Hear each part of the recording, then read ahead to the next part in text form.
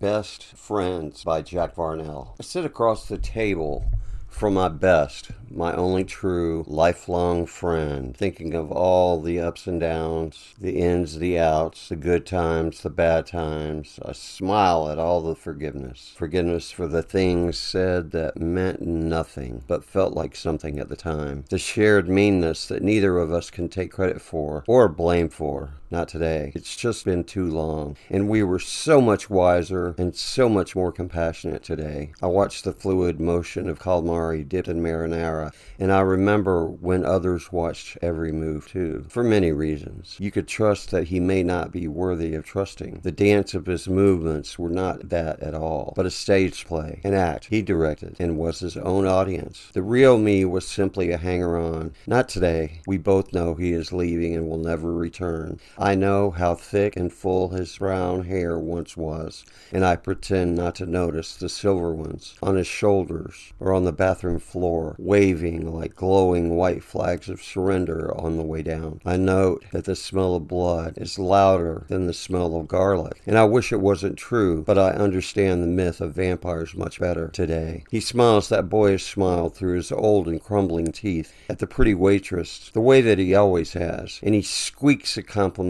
or some silliness to make her laugh, like he always has. And I know he quietly hopes it steers her attention past the puffiness and the bloat. He feigns ravenous, though the fourth bite of calamari did him in, and the ossobuco is yet to come. I have learned to love him past all the pain that he has caused and all the time that he has wasted, and I feel a little wiser because there's really only so much of it left before he goes. Staring into the face of Caesar in my salad, I long for those times when we drank whiskey. Lots of whiskey for lots of reasons. I wish we could again. Lots of whiskey for lots of reasons, like to keep the waitress at our table or to keep us laughing at our favorite private joke when she was on a run. Love her, leave her, live her. Why that was so entertaining then when I was drunk, I now understand. Why it is not so funny now, I understand that too. I am grateful we have come to know each other as we were and as we are now. He has always been with me, and I have always been with him,